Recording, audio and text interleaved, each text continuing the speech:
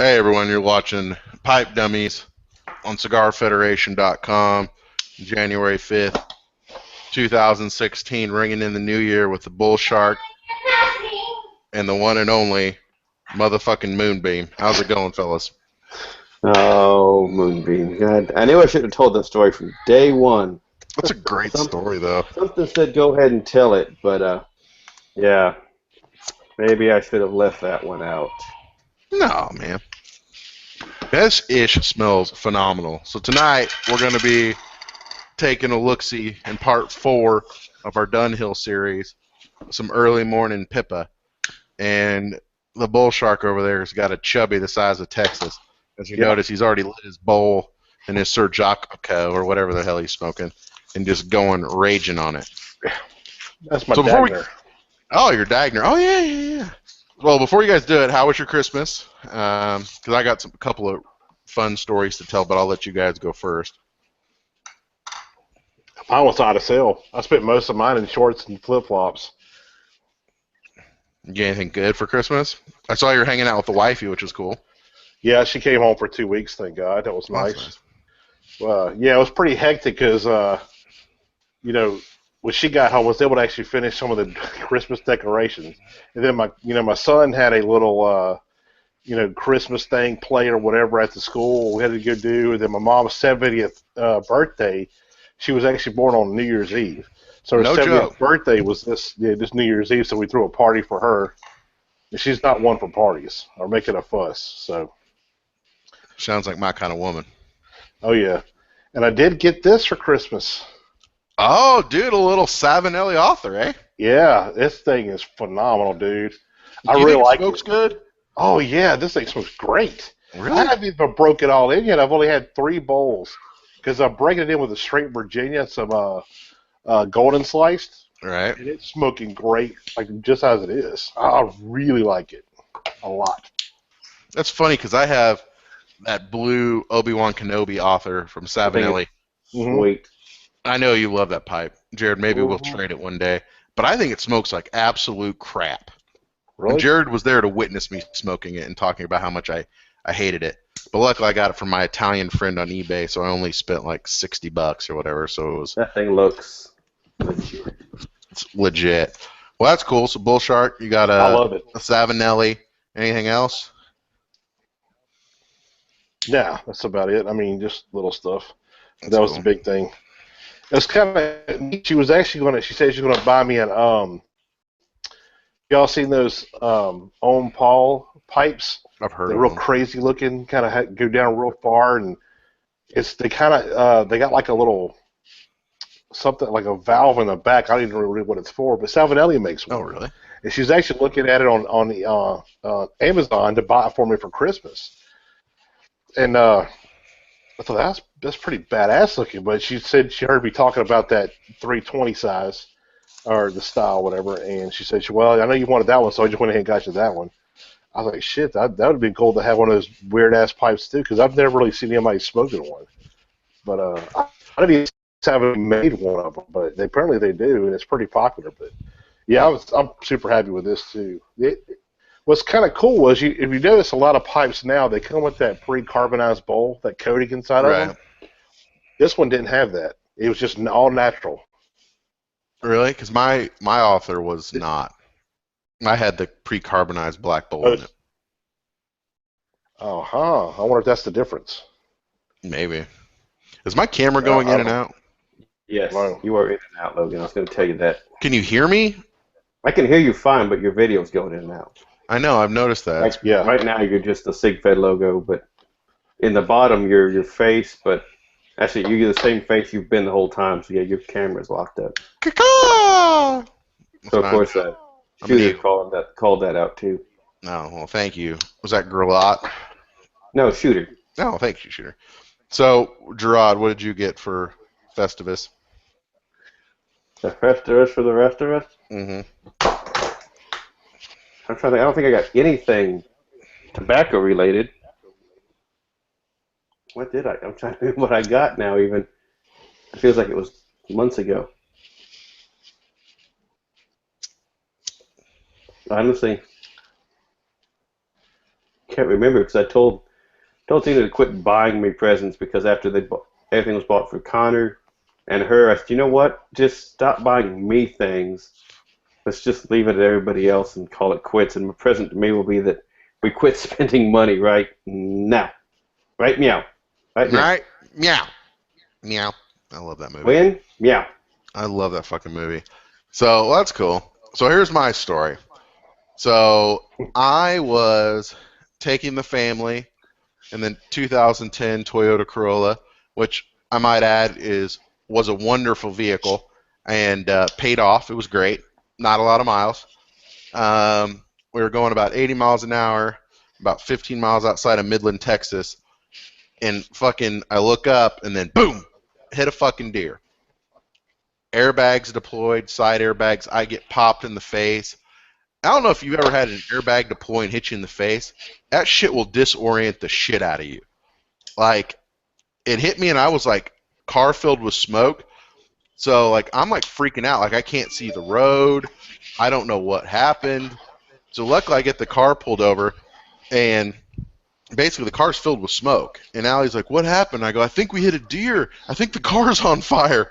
So, like, because, Allie's CIA father-in-law is, a big guy on, like, preparedness. He had one of those, what you call them, like a chisel punch thing in case Allie ever drove her car off a bridge. So that way she could, break the window, equalize the pressure and swim out. Well, dude, like, I thought the car was on fire. I couldn't get my seatbelt off. I thought I was about to be consumed by fire. So, like, I literally start reaching for this punch, and I'm getting ready to swing this motherfucker at the window. And Allie's, like, outside the car window tapping on it, going, Logan, what are you doing? I go, the car's on fire. The car's on fire. She goes, no, the car's not on fire. And it's one of those things where I kind of came to, and I realized that I was kind of in the car by myself, thinking the car was on fire. So, needless to say, the airbag will disorient you a little bit, just a tad. But yeah, so that was wonderful. I'll spare you all the details. Bobby. What? I said, all right, Ricky, Bobby. I mean, that's kind of what I felt like there for a little bit. So, needless to say, car is totaled. We got a new 2016 Ford Escape. It's wonderful.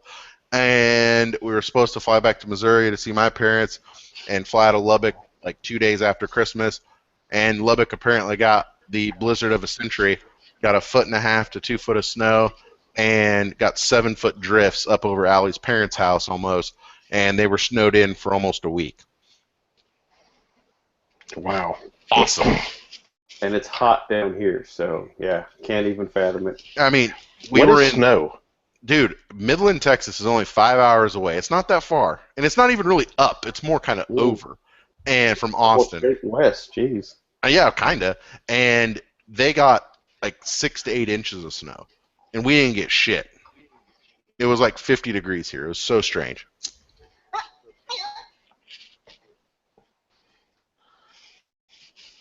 So anyways, that's my story. Oh, and I got myself, well, I've already bought this. I think we lost you. Am I still here? Audioly, you're here, but visually, you're just the Sig Fed. Breaking up really bad. Really? Really? He's fine on my side. All right, well, someone else talk then. Let's kick off the year in style, right? Let's go. Yeah. So anyway, so I got our boy Ben got me back my 68 Dunhill. This thing is looking right, boy. I told you. He buffed out all the oxidation, or he did something, dude. It looks like a brand new pipe. He's awesome. It's fucking beautiful. So tonight we're smoking some early morning Pippa, and it's someone correct me if I'm wrong because I don't really know much about pipes, but it's more or less the Connecticut of pipe tobacco, where your nightcap from Dunhill is more of like your stronger cigar, maybe like Aromacraft Aquitaine or a LFD Double Ajero, stronger in strength, more in your face, bolder. Well, the early morning pipe's more like a Connecticut. But although it actually it has a lot of the similar ingredients as early morning pipe. I mean, it's got Latakia, Oriental and Turkish in Virginia. So it has pretty much the same ingredients. But when I opened the tin, I'm curious to see what you guys smelled. When you opened your tin, what did you smell? It was very strange to me. Well, hold on, shit, I don't remember. I didn't really sniff it. It's very potent. I was surprised. I didn't think it was potent at all. Really? No, it's not. It smelled like grass. It literally smelled like fucking grass. To me, it smells like smoky hay. Like hay that was a hay bale that was sitting next to a forest fire or something. I'll go sweet smoky hay. I get a sweetness out of it, but I can see the smokiness and the hay together. That's a new nickname. Hey, baby, what do they call you? They call me White Lightning. They call Ben Sweet Smoky Hay. That's and right. they call Jared motherfucking Moonbeam. They almost did. If it wasn't for my mom stopping it. I mean, might be Moonbeam. was it like a joke? Was it your dad's like sense of humor? Or? Apparently, it was totally serious, and more than likely, I would have been an '80s cover rock band because that's the only thing I could do called Moonbeam. But what? Let me just ask you. I know we always talk about this, but like, let's just pretend for a second you weren't Jared. You were motherfucking Moonbeam. And I would have to be motherfucking Moonbeam. I wouldn't be Moonbeam. No, you'd be motherfucking MF and Moonbeam. Yeah. Now, in high school, I could see it be kind of cool because everyone would give you a nickname, maybe in college too.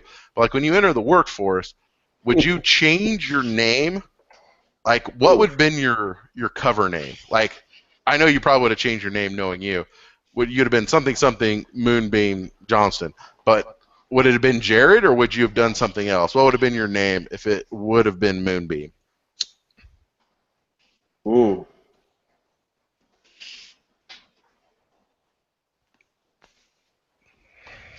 I would have been Jared just because I don't know that that's a name I would have picked out of the air there. So that just goes to show you, everybody, that's Jared's personality right there. He could have picked everything under the sun, but he picks Jared. Your dad would have been better picking Moonbeam. Is there a story behind that? Like, was there like an experience, like an out-of-body peyote experience he had with Moonbeam, or was it just a name he liked? I think it was just 1979, and he thought that was pretty cool. How old was I he? understand that's all I've got. How old was he? Yeah. In 79. Let's see, he died in, when did that, 2011 at 58? What was he trying to think? Trying to make me do math here. Been like 29. Would have been 19. No, he would have been that young. Let's see. Someone get out the calculator. That's what I'm doing. Minus 32. You've been 26. I guess that's young enough. Yeah, you know. You're still pretty young. I don't know. He was just like that, I guess. He liked Moonbeam. He thought that was cool for a name. And I guess in September of 1979, he figured that would be a pretty sweet way to go with it. Pretty bitchin' name, Moonbeam. But he was overruled, and now you have me. You have not as cool Moonbeam. That's fucking Motherfucking would have been Moonbeam. would have been Moonbeam.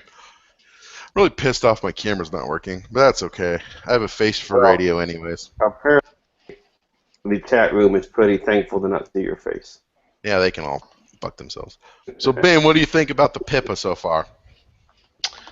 I like it. I mean, we've talked about this off air a lot. This is one of my staples, and I've kind of drifted away from it a little bit lately. But when I first started smoking pipes, I always had this constantly in my rotation. It's kind of a nice, very simple, light English blend. It's not a whole lot going on with it. It's just a little sweet, a little smoky. It's about it. There's not a whole lot going on with it, but it's just a good, very light body English blend. It's just really enjoyable. And I mean, especially in the early morning, it's perfect. It's perfect for the morning time. I love it. It is really light. I'll agree with that. Like, I mean, a lot of and I like nightcap, but like a lot of that heaviness that you don't get that mouth funk, and it is light. Like, it almost feels like I'm smoking air. Like, there's not a lot of heaviness like falling down on my palate. Yeah. Yeah. It's real light. I mean, you really can smoke this any time of the day, but when it's early morning, it's just, to me, it's just a medium to low on the nicotine, on the body, everything about it. You know, it's just real easy going. So it goes well with the morning coffee. I know that. Like, and speaking of tongue bite, it's hard to get tongue bite off an English blend, but it can be done. But I always, when I drink a lot of sweet tea for, go ahead and smoke a lot of cigars and neutralize some nicotine. But I've noticed that when I drink sweet tea with anything and smoke a pipe, it fucks my tongue up bad. You know, I hadn't really noticed that. I guess because I really don't, like with cigars, it's almost like you're expected to pair the cigar with some kind of beverage, you know. And I'm like you, I'm a Southerner, so sweet tea is usually my go-to, or bourbon or something like that. But like with pipes, I mean, usually I just pair it with water, but I haven't really. I don't know if I've ever paired it with sweet tea. I need to try that. It'll get you. I don't know. I just don't think pipes pair very well with stuff. Like, I don't think so either. I don't know. It's just. I mean, maybe there is something out there. I mean, it'd be an interesting experiment, but I think a good peaty Scotch would go well with a lot of this. That's probably true. Because a lot of key is so smoky, it kind of overwhelms whatever you're drinking with it. So you would need something with enough acid to it that it could hold up to it. Something maybe a little smoky in itself. So a peaty Scotch would work well. So I don't know. Like a Lefroy? Yeah, that would definitely hold up to a pipe. Yeah. Wouldn't that be just so overwhelming, though? I would think so. That stuff's. I can't tolerate much of that. I can't really do. What was that we had at your house, Jared, that I really liked? I had there were Talisker. I had Talisker and I had Glenlivet 18. It was Talisker. Yeah, that's good stuff. That's my style. Talisker is a nice salty from the Isle of Skye. Nice salty Scotch. Good stuff. And it better be at like $70 a bottle. And I drank all of it? No, I'm just kidding. I had like one pour. I'm not a big drinker. I think you had one small shot. I know. And like in Pipe Magazine, let me look it up. They have There's a Pipe Magazine? Oh, yeah. Yeah. Really? Yeah, it's awesome, too. It's a great magazine, dude. I love it. It's kind of hard to find. It comes out once a quarter. Mm-hmm. But it's an outstanding magazine. But in the back, I'm trying to remember who exactly it is that's doing the articles in the back. But basically, they take, I think it's William Surratt and somebody else. I can't think of who it is off the top of my head. But anyway, they'll take, usually several tobaccos, because it's like I said, it's once a quarter magazine, and they actually they both review one tobacco. Mm-hmm. And one of them, I can't remember who it is, actually says this tobacco will go great with this as a pairing. Like one he was smoking. I don't remember the tobacco, but I just remember he said this would pair great with a Pinot Noir. I thought, holy shit, what pipe tobacco would pair well with a Pinot Noir at all, of any kind? I think any pipe tobacco that would go well with the wine. I mean, I'd try it, but it doesn't strike me as something that would work. Maybe in straight Virginia or something, but I don't remember what it was. But I just thought that's unique. It'd have to be a lighter tobacco, because anything too strong would just kill that. Forgive my ignorance of wine, but I thought a Pinot Noir was red and fairly strong, right? Or is that a white? It's red, but it's more medium bodied. It's real. It's one of my favorites because it's real soft and velvety on the palate. It's pretty fruity most of the time, unless you get one from the old world, which it's more earthy and minerally or whatever. But mostly they're usually fruity, real soft, velvety texture on the palate. Really awesome wine. They pair well with a lot of great. They pair great with a lot of different foods because they're so soft. They're not so full bodied or too light. They're kind of right in the middle. So Yeah, see, I'm a Merlot Cabernet Sauvignon kind of guy. What about a Shiraz? Shiraz is really fruity most of the time. Yeah, fruity. Yeah, that's my style, homie. Fruity. Just kidding. Yeah. Fruit Loops. Especially if you get some from like, Australia or South Africa, they're pretty fruity. But I like them too because a Shiraz or Shiraz, either one, it's like that is a foodie's wine because it pairs like a Pinot. It pairs with so much stuff. It's so easy. If you don't you want to have a meal and have a wine with it, but you don't know what, if you go with a Pinot or a Syrah, you're good to go. Most every time, 9 out of 10 times, you're good to go. I need to restock my wine fridge. It's getting kind of slim pickings in there. Well, I got lucky because my wife used to hate wine. Now she really likes it. She likes it a lot. So, being over to Houston, we have all this HEBs over there. Mm-hmm. The prices of wine at HEB are unfreaking believable. They are. And if you go 6-pack style, you get a discount on top of it. One of my favorite wines is Stag's Leap Artemis. It's a Cabernet. And here, it's $56 to $60 a bottle.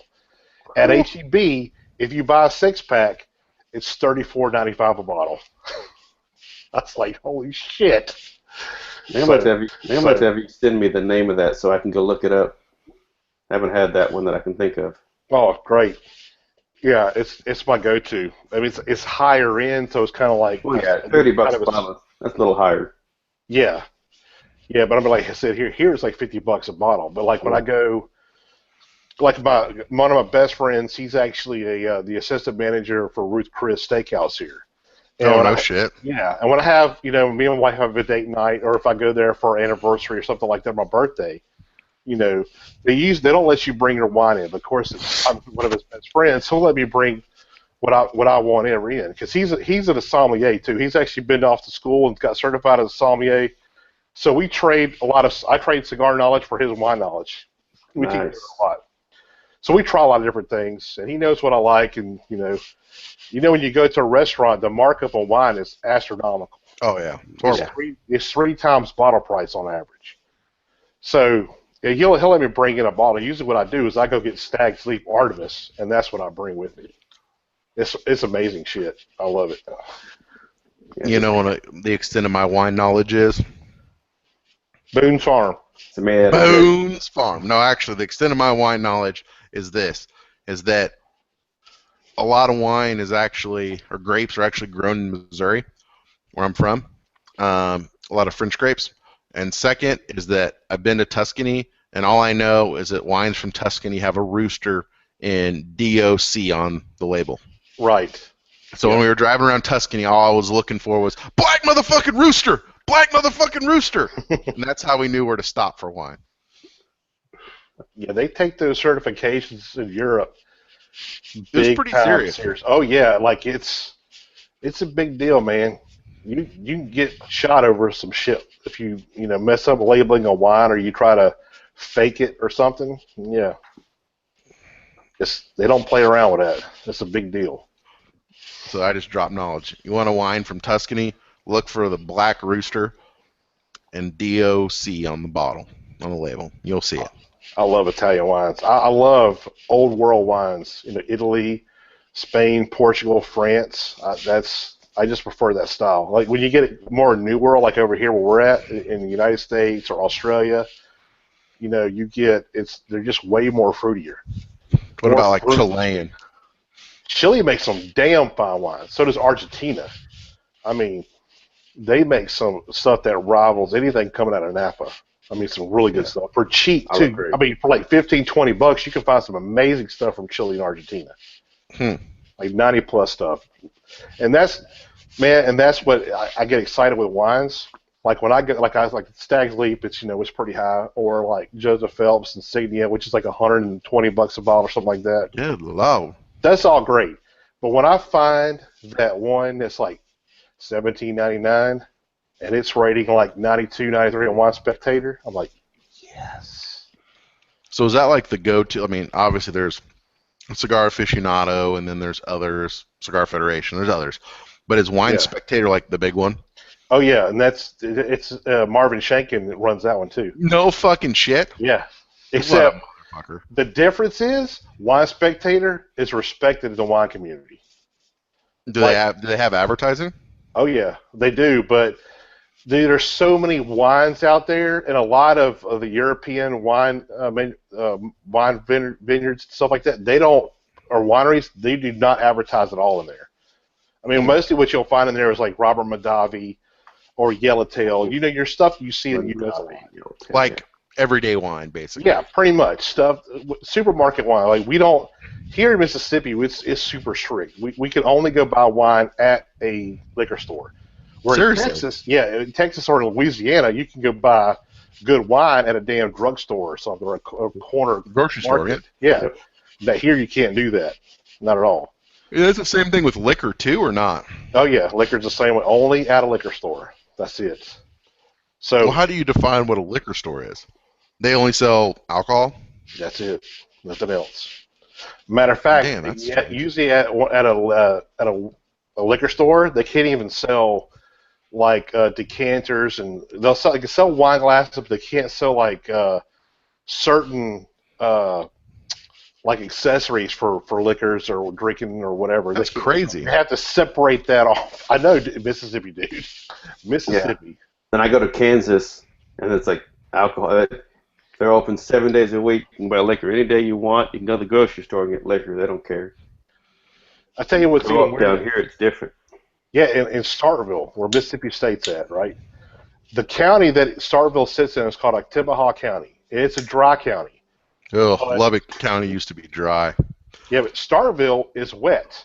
But when I was there, you couldn't buy any kind of beer or liquor or any kind of alcoholic beverage on Sunday. You couldn't buy it after midnight, and you couldn't buy beer cold. It had to be hot. That's weird about it being hot. Yeah. The theory was You won't get in your car and drink it. exactly. I could have told you that, yeah. Dude, here's the fucked up one, is that Allie's family's from Lubbock, Texas, and they live in Lubbock County. And up until about, I don't know, probably 2, 3, 4 years ago, it was a dry county. So you could not buy any sort of alcohol within the county limits. But you could drink within the county. There was bars, but you could only go to places like restaurants and bars and be served beer, but you couldn't buy beer for home consumption. So there was a place that it was like, I mean, Lubbock City was probably, I don't know, maybe 20 miles or so from the county line. So literally where the county line went, there was a row of liquor stores right on the other side of the county line. And I'm talking like liquor stores. I mean, Jared, you've seen Specs. You guys know what I'm talking about when you talk about Specs. Or like, what's the one in California, like a Total Wine, like those type of places. These put these to motherfucking shame. And there was like 10 of them. Like there was Pinkies and there was all these places. And dude, literally you would see people drive up and load up like truck beds full of cases of beer and drive back into Lubbock. And it was funny because I was like, why do they do this? Like I get the whole point of like, you don't want people drinking and driving, but all you're doing is putting people out on the road. Like people are going to get alcohol regardless. Like why don't you allow it and then just fucking tax the shit out of it like everyone else, a good American would do, and put the sin tax on it and just make a little bit of money for your county. Well, they did, and the fucked up thing, and this is a funny story about Lubbock politics, the guy who owned like 2 or 3 of those liquor stores sold out like about 6 months, a year before, and made a shit pile of money. And everyone's like, why'd you sell it? You got to be making like millions and millions and millions of dollars each year. And he sold it for, I mean, I don't know how much it was, but it wasn't like he didn't take him to the house. Like it was a reasonable price for what it was.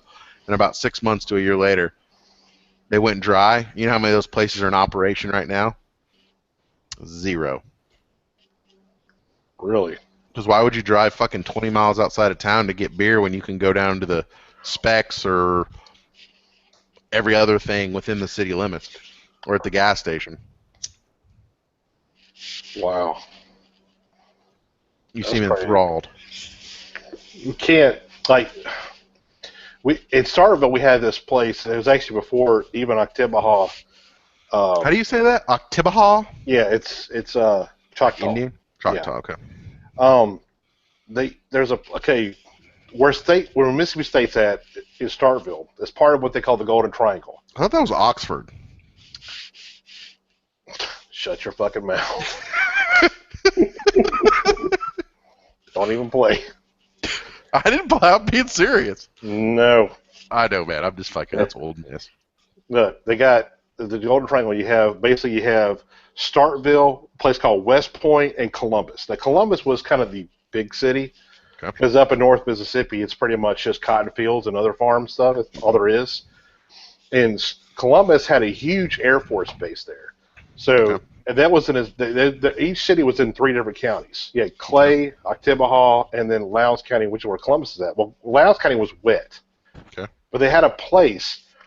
There was a big highway that there's 2 of them. Like Highway 45 goes up north, and 82 comes across. And right there where they met at was right at the county line, just past Oktibbeha into Lowndes County, and they called it the Crossroads. And there used to be a little, like a beer shack right there, doing the same thing. They made money hand over damn fist. Because everybody would come out of Oktibbeha County, come over there and buy beer, and then bootleg it basically back across. It's crazy. And they made a ton of money until Oktibbeha said they could have, hot beer. Hot beer. Oof. Hot shit. So, Logan, jumping off that for a second because I'm getting questions. You don't have video, but it was obvious from the first little split-second video you got that you're not in the cunt cave. What up? Well, that's a funny story, Jared. And you're going to be getting a lawsuit for some faulty installation. Oh, but come on now. No, I'm serious. This is something we're going to have to talk about because there's going to be an injunction. That switch that you installed for that stupid fan, that fart fan, caught on fire. It's just got a regular switch in it. Caught on fire. Bull crap. Yeah, it didn't. That's not what happened. The reason I'm not out there is twofold. One, it's been raining, and you know how wet it gets out there. And 2 is that it's not done because, okay, Jared, you've been in my house. How many empty cigar boxes do I have in my house? Oh, which room? Okay, there you go. There you go. I would put up against any normal cigar smoker that, I probably have more cigar boxes than anyone. Just empties, because I don't throw them away. And we do cigar chat and da-da-da-da-da, whatever. You know how big that ceiling is, Jared, because I'm lining the ceiling with cigar boxes. I've only been able to do about 60% of it, and I ran out of boxes. You ran out of... I ran out of motherfucking boxes. Holy shit. So that's why I'm not in there, because I don't want to unveil the cunt cave until it's ready. So I'm going to have the store send me down, a bunch of tops. Did you say the cunt cave? Dude, okay. So long story short, yeah, it's the cunt cave. So on your little outdoor panel switch thing, I wrote on next to the breaker, I put cunt cave. So if I ever sell this house, people are going to be like, where's the cunts at? Where's this cunt cave?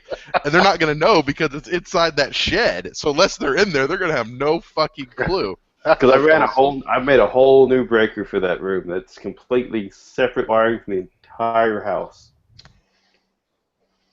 Wow. So yeah, Jared. It looks pretty sweet though. I like the way it's going. I'm gonna be doing like a Sistine Chapel type picture. And once I get all the boxes up, I'm gonna be laying down on my back and taking a picture of the ceiling because it's gonna look fucking legit. So you know how anal I am about some stuff. So I didn't want to put, a foundation box next to another foundation box, or, I tried to mix it up, and I'm trying to use only one box or at least spread them out. And you would not believe how many different sizes cigar boxes are. Like, none of them are the same. Oh, God, no. It's fucking ridiculous. And it's, like, hard to pin them in because I'm, like, trying to get them to butt up next to each other real nice. And I actually think I've done a fairly good job. There's been a few places where there's, like, a little small gap and stuff. But other than that, it's looking pretty pimp. I'd like to How'd you finally mount them to the wall? Did you glue them up there? Yeah, I got some. I had to buy some more of this, too. But, the all-purpose Same shit we got at the store when we were there. All We I'm got doing is I just liquid nails, didn't we? no, it's Clear clear power grab. Oh, you Yeah. can't see my shit. No, we Yeah. can't see, but yeah. I was it's wondering if power you were grab trying to adhesive, show yeah. us something. I I was. knew he was. I knew he was. was. Dang it. Loctite, clear power grab, instant grab. That's it, yeah. No, it works fucking great. Like I literally just put a little bead on it and throw it up and perfect. And But it's I've got cheaper like than a liquid whole. nails. It holds just fine. I've got like a 20-gallon, probably like a 30-gallon, like that yellow barrel, Jared, that I have with busted up cigar boxes like on the side and like the sides of them in my garage that I've been using as kindling. Which actually I will say, if you have a chimenea and you need some kindling, dried cigar boxes work fucking phenomenally. Just wanted to let you know. I bet they do. You know, it's And, dried wood. Works fucking great. Burn great. And Shooter didn't come up with the whole thing, but I'm going to guess from what he said, we need to make a sign for your door that says no guns allowed. Yeah, that's a long story. You were down in Nicaragua, weren't you? Me? Yeah, you were. You were Yeah. I was telling you that's something big down here, too. He Guns? talked to it, but we knew it, yeah. I've never heard the term. Why don't you enlighten us what a gunt is, Jared? Well, because it's a term used quite regularly down here because we have herds of gunts down here. A gunt is when your gut hangs over your cunt. So that is a woman with a very big belly that covers up the cunt. So she's a gunt. Wow. And they are in high supply down here. So if you're looking for that, come down here and get them. The supply overwhelms the demand. Oh, I always hope supply overwhelms demand on that. If the demand for guns rises, we got some issues China's I don't want to taking know over. about. Some major issues. There's a It lot is of not that a in good Mississippi. thing. It is not a good thing. You know what? I tried to play a game, and I know Ben would probably be really good at this game. You know, I always like to try to make my wife feel like she doesn't know anything. No, I'm just kidding. I don't do that. Oh yeah, But you're good. I know I do. Actually, I do. But we were playing a game, and I said, Ben, and this is verbatim the conversation that we had. I said, Allie, and it's basically a game where basically I name, like I said, okay, starting with you know, Byzantine Roman emperors. Can't repeat, all have to be different. And there's a lot of choices, right? I mean, there's Hadrian, there's Vespasian, there's Trajan. The list goes on and fucking on. And Ben and I could probably go back and forth for a minute doing this. And I said, Allie, you go first. And I was like, she's like, I don't know any. And I go, Allie, you got to be fucking shitting me. You don't know I go, what? It's the first Roman emperor. She goes, what do you mean? And what do you mean the first one? I go, the first one ever. You know who this is. And she's like, no, I don't. I go, there's a salad named after him. And she goes, Newman's Ode? And I start fucking hysterically laughing. And I go, no, Allie. I go, no, Allie, not Newman's Ode. A Newman's Own salad. I go, not You order Newman's at the Ode. restaurant. It's Cobb. And she goes, It's dude, I was like, your house. think of another Mr. name Cobb of a salad. salad. Then she said Thai Cobb. And then I go, Al, are you just fucking with me? She looks at me and goes, Shaka Khan. And I'm just like, you were fucking with me, weren't you? She goes, yes, you dumbass. She's like, Newman's Own, are you fucking serious? But yeah, so that was my wife's answer. So she got Caesar, but after that she was, and then she got Newman. Then she got Constantine. But she said, because I was like, you know, Constantine found in Constantinople, and it was modern day Istanbul, so she calls it modern day Noble, because she just is an idiot. But yeah, so anybody ask you, So she couldn't get Marcus Aurelius? I mean, damn, he was in a recent movie. Dude, I don't know. And we've been to Rome, so I was like, Allie, we were at the Colosseum. I plainly pointed out the plaque of the guy who, you know, had the Flavian Amphitheater built for him. I mean, you should know this. And she's like, the only thing I remember is how many stairs were in that place and how shitty it looked. And I was like, yeah, that's about right. And then she remembered Constantine's Arch, and that was about it. Wow. That's more Newman's like, Own. that's probably, I mean, like, well, my wife might maybe be tuned into this right now, but fuck it. She probably wouldn't get Caesar. Maybe Caesar. That'd be not it. She'd get Newman's Own. She would definitely get Newman's Own and probably Cobb. Man, She would definitely get Iceberg. definitely get Iceberg. Iceberg Wedge. He was a Shaka great Khan. emperor. I mean, God, that guy was great. I just couldn't believe it. I think what's funny is that 46 minutes into it, we've talked about mostly wine and Roman emperors and a little bit of cunt cave. Well, we've got to talk about the concave. Yeah, but see, the wine was like just a tangent off of what we're talking about pairing this with some kind of... About the wine, we didn't get into that. The Specs is a great place to go for wine because it changes depending on where you're at. Each store gets it themselves, but you've got either wine Wednesdays or tasting Tuesdays where you can go in and they have about 15 to 20 stations of wine. Those are in Texas? Oh, yeah. Yeah. At the Specs, you just go in there, and it's free. You go around, they go to each station, you taste every single wine they got. And then That's you got what Jared does. He gets the family loaded up on Tuesday, take them down to Tasting Tuesday. I know about myself. Come on now, that's my relaxation time. And you really taste do. all the wines. Hell yeah, I do. I'll have to see if there's one near Houston when I go back over there. Oh, the main one is in Houston. The one I wish I could still go to is in Houston. Let me narrow that data set down a little bit. I'm not really talking about Houston proper, more like about Clear Lake, Webster. Well, you'll find one. You can find one from anywhere in Texas pretty much, and you can go in there, and each one can kind of do their own thing. They switch between, like I said, Wednesday and Tuesday, but once a month you can go in there, and they'll set up. You can just go around, you go sign up, get your little paper. It's all free. It doesn't cost anything. That's cool. You can buy a glass, or you can bring a glass, or you can just get the little shot glasses there. Yeah, my wife and I have been talking about trying to find a place like that. So that's cool. Well, do it. And then you put your notes down next to it, you know what you thought of each one so you can remember, because if you taste 20 wines, you can't remember which one you liked. And then during that day, they all are on special. So you save a few bucks on top of it just buying them that day.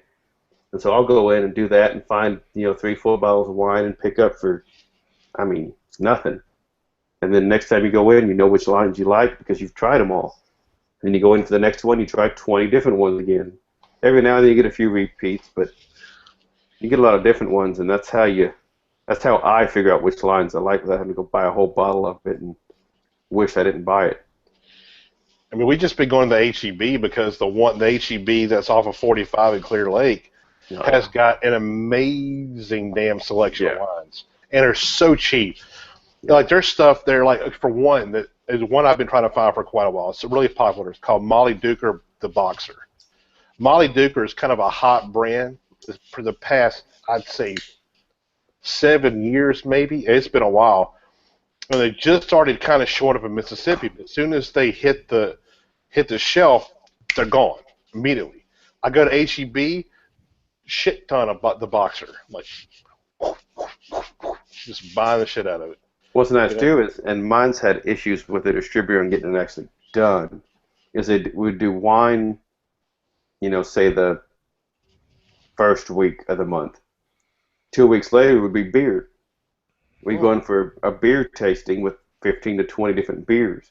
So twice a month you could go in and try 15 to 20 different beers and wines each month and get a discount on it each time you did it.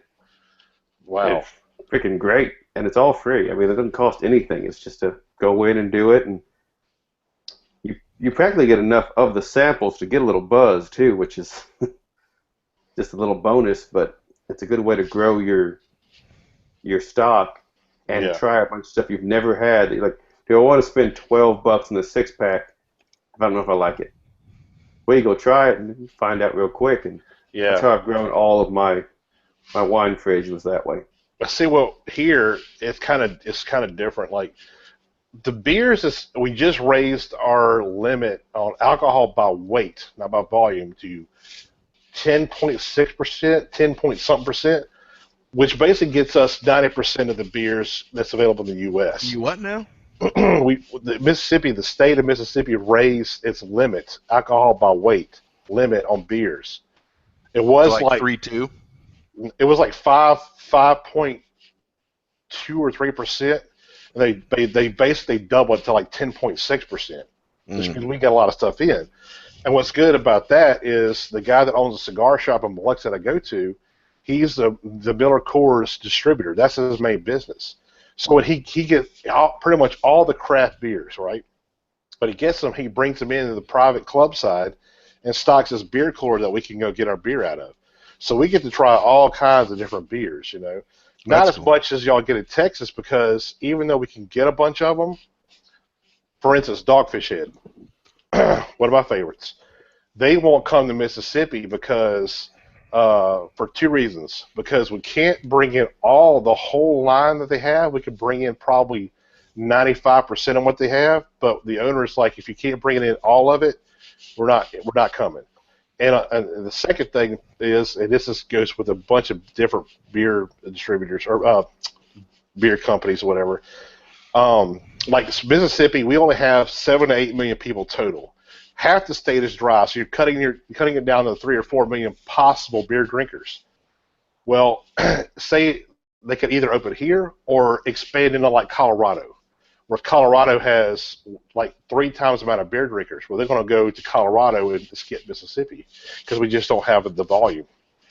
But wines and liquors are different, because the way you have to order liquors and wines in Mississippi is you have to order it through the state. So they have they have a huge liquor warehouse in Jackson, the capital, and that's where all the liquor goes, and wines, everything goes there, and you have to order it through the state. You can't go direct. Yeah. So that's why we can't get a lot of shit. And one of the guys, there's a cigar shop that was in Covington for a while. That's now the Metairie, just outside of New Orleans. He used to be a truck driver, or he's still a truck driver, but he used to haul the loads of liquor that would go from out of New Orleans or wherever into Mississippi to the warehouse. Well, the warehouse is kind of like a customs house, so they have to go do inspections and all that stuff. They said they don't, as soon as you pull in, they don't do it. They can lock your truck down for up to a week. Damn. His truck is stuck there for about a week until they get around and finally want to do inspections. So now he refuses to haul any kind of liquors into Mississippi now because he loses too much money by doing that. Heck yeah, that's a waste of your time for your driver. Right, so it's kind of messed up here, but that's why I'm so close to New Orleans, I just go over there and get what I want. But I mean, I have 2 really good liquor stores near me, so I get most of what I want. One of them is really out. He samples of vineyards over there, so he's really big in the wine. So he stocks a lot of good stuff. So I mean, it's pretty good, but still, when you go to Texas, you go to HEB and you see just some amazing shit that I can't even get, and it's like 35 to 40% less than what's here. That's just insane. So I've been the HEB that's about it's maybe 3 minutes from my house. Their supply of beer and wine is ridiculous. I mean, for a grocery store, it's pretty damn good. Yeah, like if you go to New Orleans, just outside New Orleans, the biggest liquor stores over there are inside the big supermarkets, the local supermarkets. They'll have an entire side of the store. It's nothing but freaking liquors and wines and whatever. It's just a ton of shit.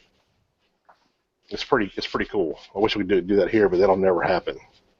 Because the Bible Belt is pretty much all North Mississippi, so what happens? Bible Belt goes into Mississippi? Yes, most of Mississippi. Oh, yeah. I didn't know. I didn't realize that. That's tough. Yeah, I'm Catholic, so we can drink, so it's okay. Chaka Khan. Well, we should get back to the pipe, because we're about running out of time. We got 5 minutes. We got 5 minutes, and the wife's calling me already. She's bossing it in. My pipe already empty. You smoked so fast. I smoked through that bowl quick. My bowl got hot. But did it really? As hot as this got, this tobacco never got harsh. Yeah. Oh, it's not harsh at all. No, but I mean, this bowl was burning hot. I mean, it almost hurt my hands. I got it so hot. I had to slow down. Too fast?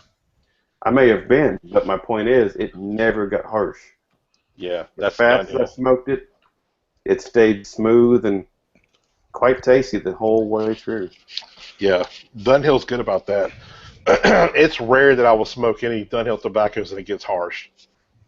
I don't know why that is. I have no idea why. But like 965, sometimes I can smoke that when I know I'm going too fast, and it never gets bad on me. Never gets funky or nothing. You know, maybe that's why they're always so popular. So what were some of the notes you got, Jared? What were you tasting? Oh, and the notes. I wasn't taking notes. I was just smoking. Well, what'd you taste, you jackass, moonbeam, fucktard? Jackass Moonbeam Fucktard. All right. Wow. Glad to be back on this show. I don't know. I don't think I missed the last 3 weeks not having one. You know that? Yeah, you did. You missed my face, which you can't even see right now.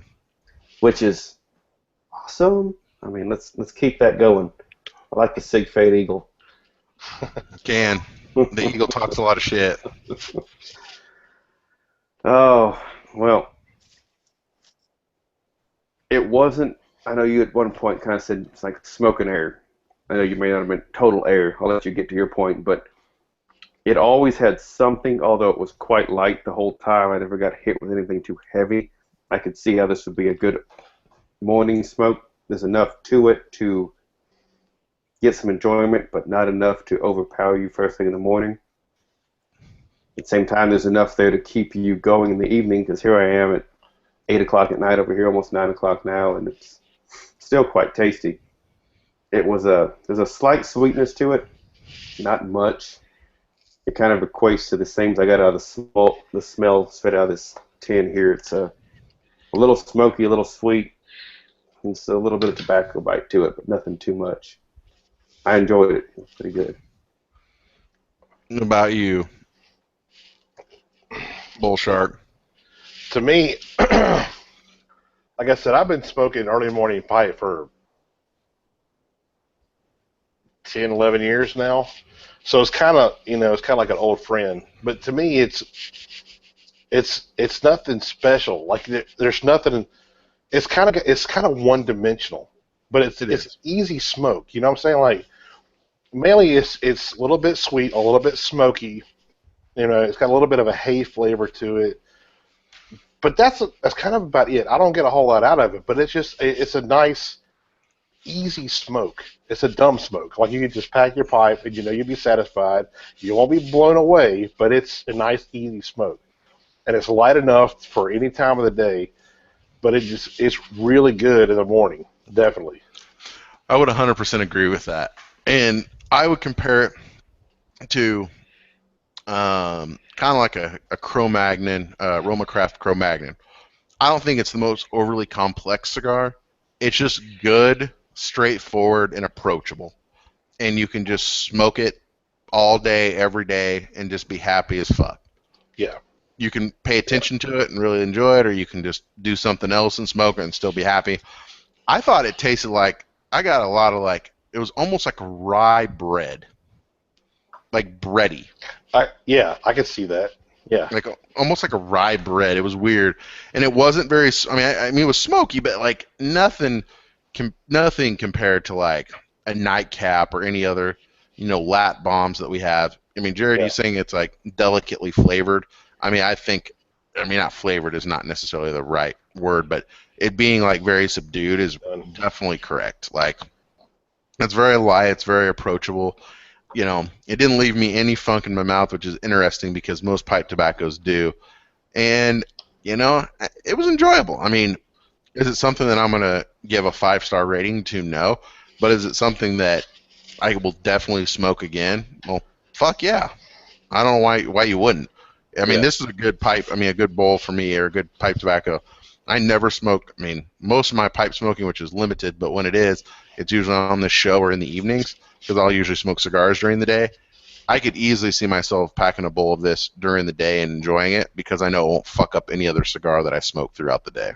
Yeah, or any other bowl of tobacco. Exactly. But you're thinking about the rye bread. That's perfect, because it does have that breadiness to it, like that hay quality I was talking about. It's almost like a toasty, bready kind of a thing, but there's like a tanginess to it too. A slight tanginess. So the rye bread's one of my absolute favorite breads too. So Rye bread is a perfect way to describe that. I think. Thank you, sir. You're welcome. Tangy is a good word. I get that tanginess would describe Yeah. some of the little hints I got out of it there. Yeah, it's not overwhelming. It's just No. a little hint, let you know it's there. But that's all you need, really. Just a little woohoo. Yeah. So It's, we've got it's what what I've 5 smoked. pins here to give away. And what we'll do is we'll wait for everyone. Email me, Logan at cigarfederation.com, Dunhill early morning pipe in the subject line. And just I'll hold for it up people- for him. Yeah, there you go. Thank you, man. Pretend there's 5 of these. There is, which is interesting. 5, Right. email me, full name, address, in the body. Whenever you're watching this, doesn't matter if it's 2 weeks from now or 6 months from now, all these tins will be given away. So go ahead and email me because I'm not going to tell you what show, but I still have other tins from other shows on one show remaining still. I'm not going to tell you which one so I don't get blown up. And then also include your date of birth to verify that you are of legal smoking age in your local jurisdiction and allowed by law. Thank you, Legal Birdseed. So, as we What's wait the for date that, code? What's the date code on yours? these are, let me see, January, February, March, April. We talked about it before we came on the air, so I figured let's bring that up now. Yeah, they're May 2nd of 2015. Cool. So is yours CB025E27? Mine is. See, Okay. De nada. I'm getting ready for Dominican. Dude, I know, man. I'm going to be like, yeah. I've never been. It's going to be sweet. And I've never been to the Dominican. I've been to a lot of countries, but I've never been to the Dominican. When You you know go why? in there. 'Cause it takes fucking forever to get there. No. Yes, Why? it does. From Wow. Texas, you got to fly to fucking Miami, and then it's another 3 hours. I hate going through Miami, dude. I hate going through I hate going through Miami too, but that's the only American hub that'll service. Mm. But, anyways, so well, let's start with the Bull Shark. Bull Shark on a scale of 1 to 5, with the rating system, what would you give this? Man, if you asked me about 5 years ago, I would say a definite 4. But now I have to say it's a 3. Not because it's changed. It's still a great tobacco. Still love it. Still a staple of mine. But now there's so many, copies of it out there, and 1 or 2 that I actually think are a better rendition of it. Really? Like GLP's Chelsea Morning. Yeah. Great stuff. And there's actually a McClellan knockoff called AM Pipe that, to me, it's a lot like it. I mean, it's really close, but it has a little bit more to it. Mm-hmm. But still, I mean, I always have it around. I always have it. It'll always be around on my thing. So I just say a 3 for now. But it was once a 4 for sure. I'm going to buck the trend. I'm going to let Moonbeam go last. But I'm going to buck the trend, and I would actually make this a 4.5. No problem with that at all. Which is pretty lofty because I'm usually pretty negative. The reason why is, and that's between a keep and rotation and stock up, because if you're looking for an approachable English blend, it's not going to blow you out of the water if you're new to pipe tobacco, or you're a cigar smoker and you don't want to just completely nuke your fucking palate on a bowl and fuck up every other cigar you smoke the rest of the day, then this is a good, clean, crisp, not overly complex, but very straightforward, approachable, and enjoyable pipe tobacco that has just enough to keep you interested. 4.5. Good point. Good point. It's definitely a good starter English for sure. It is. Moonbeam. Moonbeam. I'm going between y'all there. I haven't had any other, like Ben was talking about, to compare it to, but I'll put this as a 4 because this is definitely a keep in rotation. It's so easy to put in at any time you're wanting to smoke a pipe. I'm going to give it a 4. It's staying in rotation. I feel like a total piece of shit now giving it a 3. Well, I thought you both were going to give it like 3s or 2s. No, never a 2, dude. 3 to me, I was kind of like, was kind of like, man, at 3, that's kind of low, man. But do you smoke the Orlick stuff, right? Is that better or worse than this? Which Orlick? Like the Oric version of Early Morning Pipe when they made it, before it was taken over by Scandinavian Tobacco. That was like 2012-ish or 2011-ish. I've got 1 tin of it. I'm just afraid. Oh, you mean the original Early Morning Pie compared to this one?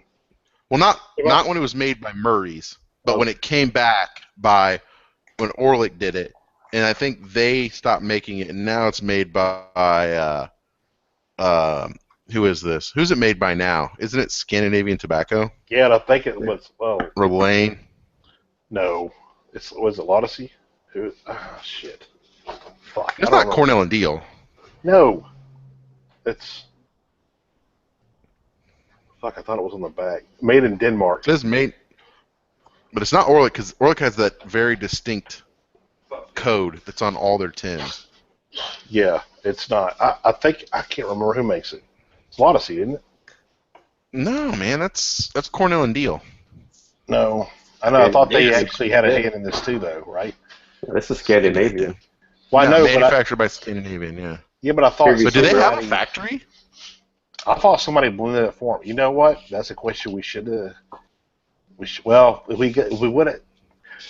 Well, that'll come up in a future show we have on Steven from Dunhill. We need to make that happen. Well, we can arrange that in February.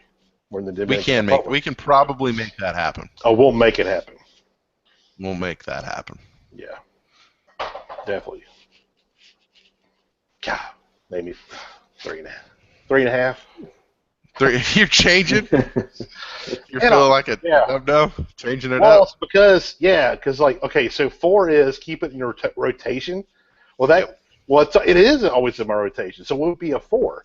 But to me, a 4 is almost like you stockpile and age some, and 5 is like holy grail. Like that's like stock up.